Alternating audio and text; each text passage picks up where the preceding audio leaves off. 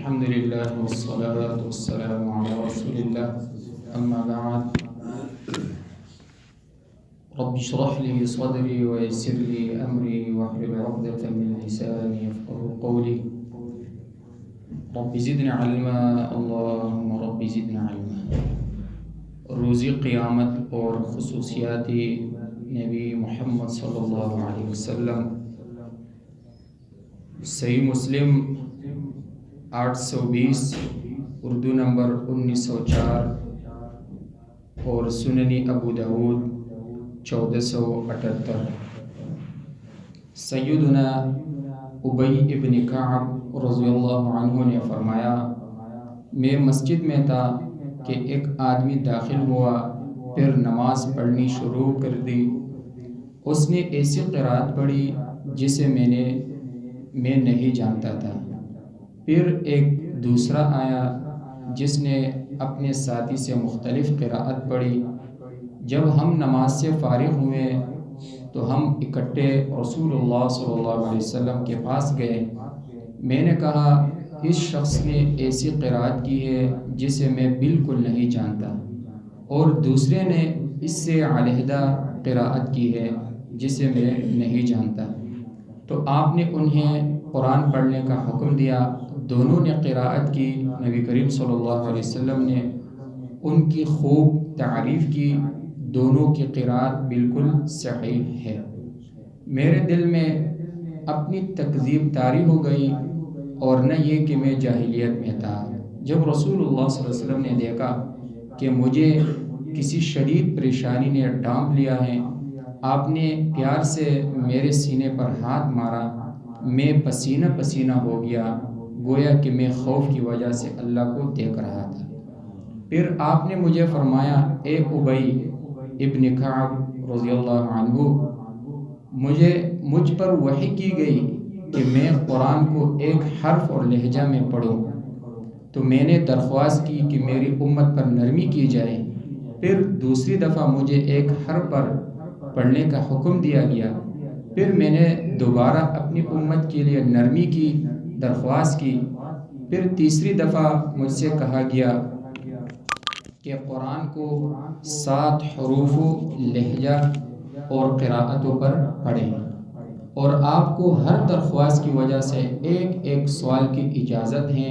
آپ 3 سوال کر سکتے ہیں.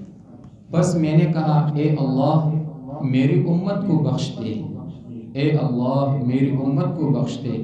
اور تیسرے سوال کو میں نے اس دن کے لیے مؤخر کر دیا ہے جب سب لوگ حتیٰ کہ ابراہیم علیہ السلام بھی میرے پاس آ کر شفاعت کے طلبگار ہوں گے. تو اسی طرح صحیح مسلم 1818 نمبر اردو ہے 1899.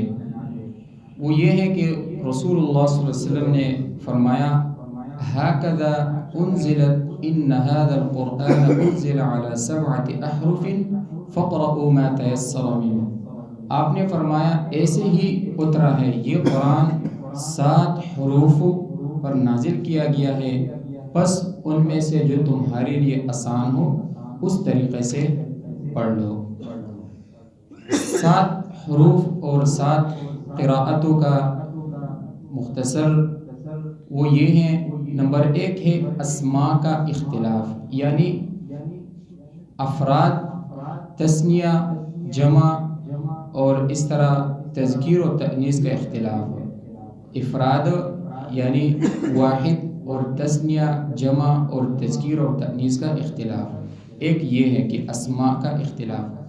نمبر 2 ہے افعال کا اختلاف، یعنی کسی قراءت میں ماضی کا صیغہ ہے، کسی میں مضارع کا اور کسی میں امر کا. نمبر 3 ہے وجوہ اعراب کا اختلاف، یعنی مختلف قراءتوں میں اعراب یا حرکات مختلف ہیں. الفاظ کی نمبر 4 ہے الفاظ کی کمی اور بیشی کا اختلاف، یعنی ایک قراءت میں کوئی لفظ کم ہے اور دوسری میں زیادہ ہے. نمبر 5 تقدیم اور تأخیر کا اختلاف، یعنی ایک قراءت میں کوئی لفظ پہلے ہے اور دوسری میں بعد میں ہے. نمبر 6 بدلیت کا اختلاف، ایک قراءت میں ایک لفظ ہے، دوسری میں اس کی جگہ دوسرا لفظ لیکن اسلام کے شروع میں ایک لفظ کی جگہ دوسرے لفظ کا ہونا بکثرت تھا، لیکن رفتہ رفتہ جب اہل عرب قرآنی زبان سے پوری طرح مانوس ہو گئے تو یہ قسم دن بدن کم ہوتی گئی، یہاں تک کہ جب رسول اللہ صلی اللہ علیہ وسلم رمضان میں اپنی زندگی کا جبریل علیہ السلام کے ساتھ آخری دور کیا، اس میں اس قسم کا اختلاف بہت کم رہ گیا۔ اس لیے موجودہ قراءت میں اس قسم کا اختلاف بہت کم ہے، اور ابوبکر صدیق رضی اللہ عنہ کی حدیث میں اس اختلاف کی طرف ہی اشارہ ہے کہ جب معاملہ 7 حروف تک پہنچ گیا تو جبریل علیہ السلام نے کہا ہر ایک شافی اور کافی ہے، تاوقت ہے کہ آپ عذاب کی آیت کو رحمت سے یا رحمت کے آیت کو عذاب سے مخلوط نہ کرے، جیسے آپ کہتے ہیں تعالی، اقبل، حلم، اذهب اور عجل، یعنی ان الفاظ کو ایک دوسرے کی جگہ استعمال کرنا درست ہے۔ نمبر 7 ہے لہجوں کا اختلاف، یعنی تفخیم، ترقیق اور امالہ، مد، اظہار، ادغام کے اختلاف، اور 7 طریقوں یا 7 حروفوں سے 7 قراءت مراد ہے، جیسے مالک یوم الدین، یہ ملک یوم الدین میں پڑھ سکتے ہیں۔ مختلف قراءتیں ہیں، ان سے معانی میں کوئی فرق نہیں پڑتا، اس لیے ان 7 قراءتوں پر قراءت قرآن کریم جائز ہے۔ ہاں مشہور عام قراءتیں وہ ہے جن میں موجودہ قرآن مصحف عثمانی کی شکل میں موجود ہے، اور ملک یوم الدین پڑھنا بھی صحیح احادیث سے ثابت ہے۔ سنن ابو داود 1173 اور اہل مدینہ کی قراءت بھی یہی ہے۔ واللہ تعالی اعلم۔ رب العالمین سے دعا ہے کہ صحیح معنی سمجھنے اور اس پر عمل کرنے کی توفیق عطا فرمائے۔ ھذا من عند واللہ اعلم بالصواب۔